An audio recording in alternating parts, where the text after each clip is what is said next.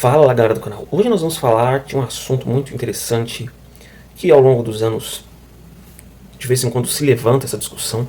Estava conversando com a Raquel e ela me trouxe esse assunto. Isso me fez também ler um pouco mais sobre isso e refletir, a ser aberto à vida. E pelo que eu pesquisei ali de forma geral, existem católicos, eu acho que não são todos, mas tem católicos que afirmam ser abertos à vida. Não sei se tem grupos assim no protestantismo também. Mas a pessoa ser aberta à vida, ela ter relações sexuais sem nenhum tipo de preservativo ou anticoncepcional. Nada que possa interferir ali ao nascimento de uma criança. E isso, segundo eles, ter esse tipo de relação com anticoncepcionais, preservativos, etc. Ou até mesmo cirurgia para não ter filho. Isso seria pecaminoso, porque o propósito do casamento é ter filhos e não pode meio que ter um casamento se a pessoa fizer qualquer um desses métodos para não ter o filho. A maior parte dos argumentos que eu li em alguns blogs e tal, eles se fundamentam na tradição católica. Vários textos da tradição, né, que não são da Bíblia, são tirados para embasar essa ideia de que o casal ele não pode optar ali por não ter filhos no casamento. Tem que ter filho, tem que ser aberto à vida. E aí a gente entra num debate um pouquinho mais anterior, que é o debate que trava os protestantes com os católicos, que é da tradição versus a Bíblia. O catolicismo acredita no tripé, que é a tradição, o magistério e a Bíblia. Acredita que tudo está fundamentado nesse tripé. E o protestantismo não. O protestantismo ele acredita no sola escritura, que é a Bíblia como única regra de fé e prática. Olha que interessante. E disso aí já causa uma divisão entre católicos e protestantes. Para começar, nós temos alguns textos da palavra de Deus que mostram como Jesus embasava o seu ministério para dizer que ele era o Messias, para dizer que as profecias messiânicas se cumpriram nele. E você observa que em nenhum momento Jesus apelou para as tradições. Quando você vai aqui, por exemplo, vou pegar alguns poucos exemplos que tem aqui. Lucas 24, 25 a 27. Jesus ali no caminho de Emaús. Como ele faz aqui para falar para os discípulos sobre a missão dele? Aí no verso 27 ele fala: então Jesus os conduziu por todos os escritos de Moisés e dos profetas, explicando o que as escrituras diziam a respeito dele, como as escrituras se cumpriram na vida dele, mostrando assim que ele era o Messias. Então aqui Jesus ele não apela para a tradição, certo? Também um pouquinho mais para frente de Lucas 24, 44 diz: em seguida diz, enquanto ainda estava com vocês, eu lhes falei que devia se cumprir tudo o que a lei de Moisés, os profetas e os salmos diziam a meu respeito. Então se lhe abriu a mente para que entendesse as escrituras. Então Jesus, ele mais uma vez, ele não cita a tradição. Mateus 24, ele fala do abominável da desolação do profeta Daniel. Em nenhum momento Jesus endossa a tradição como forma de fundamentar os seus ensinamentos ou para provar de alguma forma que ele fosse o Messias. Logo, por isso que eu discordo do embasamento católico de colocar como regra de fé e prática coisas que estão na tradição e não estão na Bíblia. Por exemplo, essa questão, você não pode usar preservativo, você não pode tomar anticoncepcional, você não pode fazer laqueadura, você não pode fazer vasectomia. Eu não estou dizendo isso como se fosse um pensamento geral católico, mas alguns católicos acreditam nisso. Eu não estudei a fundo a doutrina católica, então não posso assim fazer uma afirmação que o catolicismo defende isso nos seus documentos oficiais. Até porque eu não tive tempo, mas quem sabe mais pra frente a gente pode abordar isso. Mas o fato é que muitos católicos defendem isso, baseados na tradição. Isso é visto em alguns blogs que eu acabei lendo. A Bíblia não tem isso. Se você casar, você não pode evitar ter o filho, você não pode de nenhuma maneira bloquear esse processo de dar início a uma vida. A Bíblia não tem nada que se possa inferir a esse respeito. Por mais que alguns tentem usar alguns textos aqui para embasar isso. Por exemplo, Gênesis 1, 28. Deus ele fala para Adão e Eva, sede fecundos. E eles pegam esse texto aí e falam assim, não, tá vendo aqui, ó, o propósito de Jesus, quando criou o homem e a mulher ali, era que eles fossem fecundos. Logo, não pode evitar ter filhos, não pode usar preservativo, anticoncepcional, etc. Sendo que há um propósito específico aqui, né? A Terra estava praticamente vazia, precisava ser povoada, coisa que a gente não pode dizer muito hoje, né? Inclusive tem países como a China, por exemplo, que está tendo a superpopulação, né?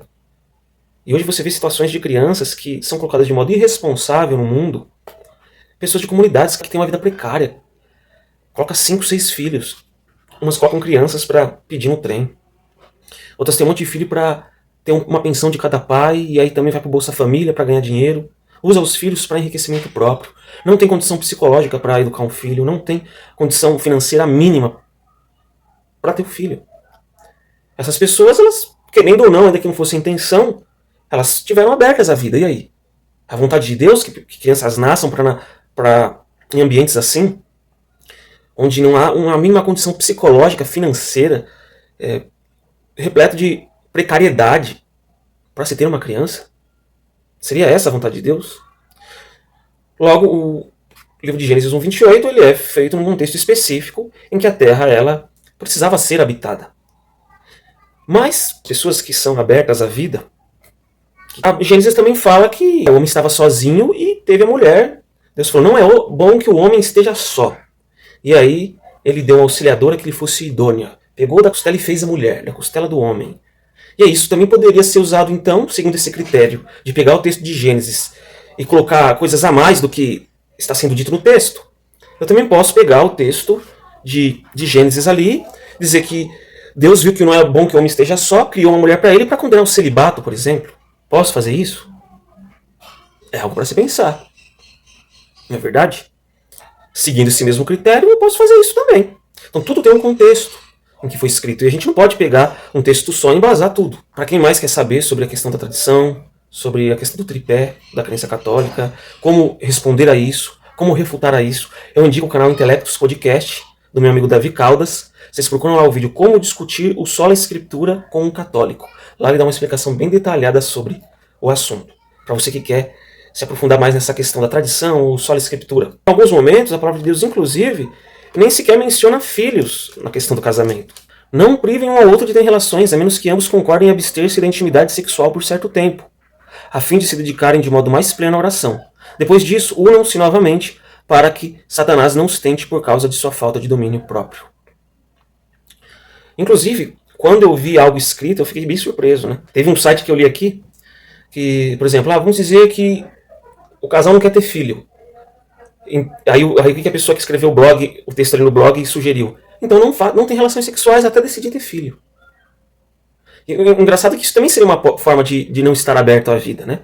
Uma vez que a vida ela vem através da relação sexual. Então quer dizer assim, para você estar aberto à vida, não pode ali ter nenhum tipo de preservativo ou qualquer outra coisa que impeça a concepção de um bebê.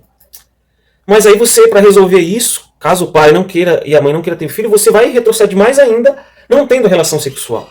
Ora, mas isso também não seria uma forma de não estar aberto à vida? Vamos muito para trás. Um padre que ele escolhe viver a vida do celibato. Ele também não está sendo aberto à vida, uma vez que a vida ela vem através do casamento, e uma vez que, através desse casamento, tem a relação sexual que pode gerar o filho. Então, se você for pegando a linha um pouco mais para trás, você percebe que só da pessoa ser solteira ela não está sendo aberta à vida. Porque ela não se casa, consequentemente ela não vai ter filhos, consequentemente ela não vai estar aberta à vida. A única diferença é que você é a favor da vida até aqui, mas passou daqui para cá, você não é a favor da vida mais. Quer dizer, aqui até aqui, no casamento. Agora a pessoa quer viver o celibato, não quer se casar, vira o padre, aí já eu ignoro daqui até aqui. Para mim, eu sou aberto à vida até aqui, até o ponto que eu estou casado. E antes disso não vale? Você percebe que não tem muita lógica na colocação em relação a essa questão de ser aberto à vida? Essa solução que o blog colocou, de que o casal que não quer ter filho não tem relação sexual, é contra o que o apóstolo Paulo recomenda aqui, né? Dizendo que pode até ter um jejum entre o casal de relações sexuais, né, que eu acabei de ler aqui, em 1 Coríntios 7:5, mas que não pode ficar muito tempo por causa da incontinência. Isso daria brecha para o diabo. Então isso seria uma contradição contra a própria palavra de Deus. Em Provérbios 5:18 e 19, seja abençoada a sua fonte, alegre-se com a mulher de sua juventude, ela é gazela amorosa, corça graciosa, que os seios de sua esposa o satisfaçam sempre, e você seja cativado por seu amor todo o tempo. O sexo também é uma fonte de alegria para o casal. Simplesmente se satisfazem um ao outro. O sexo é motivo de alegria. Ou seja, quer dizer que aqui tá errado, porque ele não está dizendo aqui que tem que ter um filho. Não, porque o sexo é para ter filho, está aberto à vida. Mas o sexo também é para a alegria do casal, não há problema nenhum o casal ter uma relação sexual, não pensando em ter filho, mas para que se satisfaçam um ao outro. O livro de Cantares é um exemplo disso, de que mostra no contexto de relações íntimas entre um casal, onde nem sequer cita, pelo menos até onde eu pude ver ali, não cita filhos. Cita o casal dando prazer um para o outro. Isso seria errado, então? O livro de Cantares deveria ser tirado da Bíblia por isso? 1 Coríntios 7,3. O marido deve satisfazer as necessidades conjugais de sua esposa, e a esposa deve fazer o mesmo por seu marido. E aqui em seguinte nós vemos, abordando sobre a relação sexual. Olha aqui, o sexo é uma necessidade do homem e da mulher, então é também para suprir as necessidades um ao outro, uma proteção contra a imoralidade sexual. Não, mas as pessoas, elas precisam deixar na mão de Deus. A pessoa tem que interferir no plano de Deus, que é dar a vida. Então a pessoa vai lá, não se precaver de nenhuma forma. Se o bebê nascer, era porque Deus queria que ele nascesse. Se não nascer, é porque Deus não queria que ele nascesse. E isso é tirar a responsabilidade do homem e da mulher.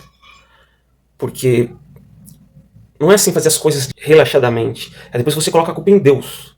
Não é? Vamos dizer que um casal tem relações sexuais ali, não usam preservativo, não tem condições muito bem de ter um filho, e aí eles têm aquele filho. Aí eles viram para Deus e falam: olha, Senhor, é culpa sua, viu? Porque o Senhor permitiu que esse menino viesse nessa miséria. Às vezes o marido não tem condição psicológica para criar criança, a mãe não tem, e coloca um filho no mundo. Depois maltrata o menino. Aí eu pergunto para vocês, a culpa é de Deus ou é da pessoa que escolheu e planejou errado? Porque se você acredita que você tem que ter uma relação livre de qualquer impedimento de ter uma criança, isso vai ser muito problemático no conceito de um casal, por exemplo, que não tem condições emocionais muito boas para ter um filho. Você vai ter que admitir que a culpa é de Deus. É isso. E não da pessoa que se planejou mal. Lucas 14:28, Jesus usa um exemplo sobre planejamento, né? Ele fala: qual homem que constrói uma torre sem assentar, calcular os gastos? Qual rei vai à guerra sem primeiro calcular quantos soldados ele tem, quantos soldados o exército inimigo tem? Provérbios 24, 3 e 4. Com sabedoria se constrói a casa, e com entendimento ela se fortalece. Pelo conhecimento, seus cômodos se enchem de toda espécie de bens preciosos e desejáveis. Olha aqui o planejamento entrando, hein? Com sabedoria se constrói a casa. Agora vamos pegar um casal que não tem as condições financeiras e emocionais necessárias para ter um filho. Ou até condições profissionais, não consegue estar em casa para dar uma assistência para o filho. E eles, mesmo assim, resolvem ter um filho, não planejam nada, não tem condição de dar uma vida digna para o seu filho. Esse casal ele obedece essa questão do planejamento bíblico que Jesus colocou em Lucas 14:28 e agora está sendo colocado aqui em Provérbios 24, 3 a 4.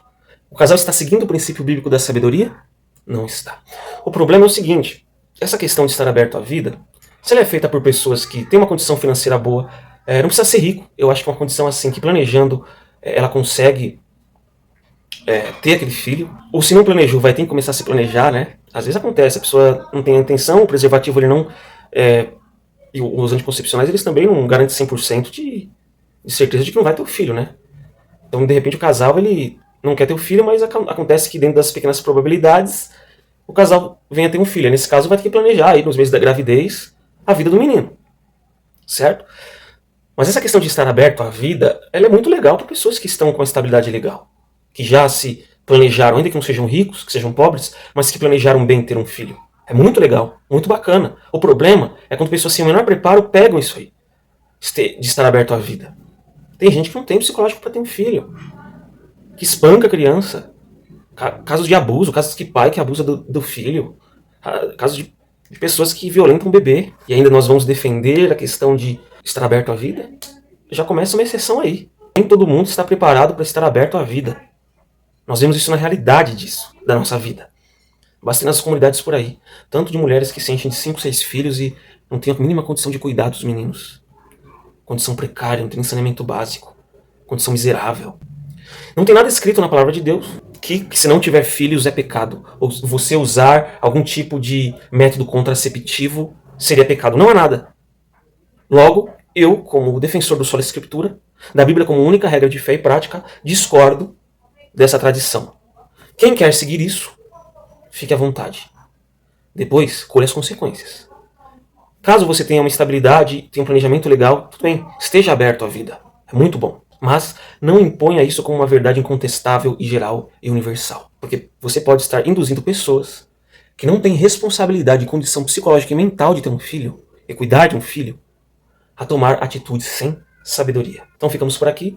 Inscreva-se no canal, compartilhe com os amigos, deixe o seu like e a sua opinião nos comentários.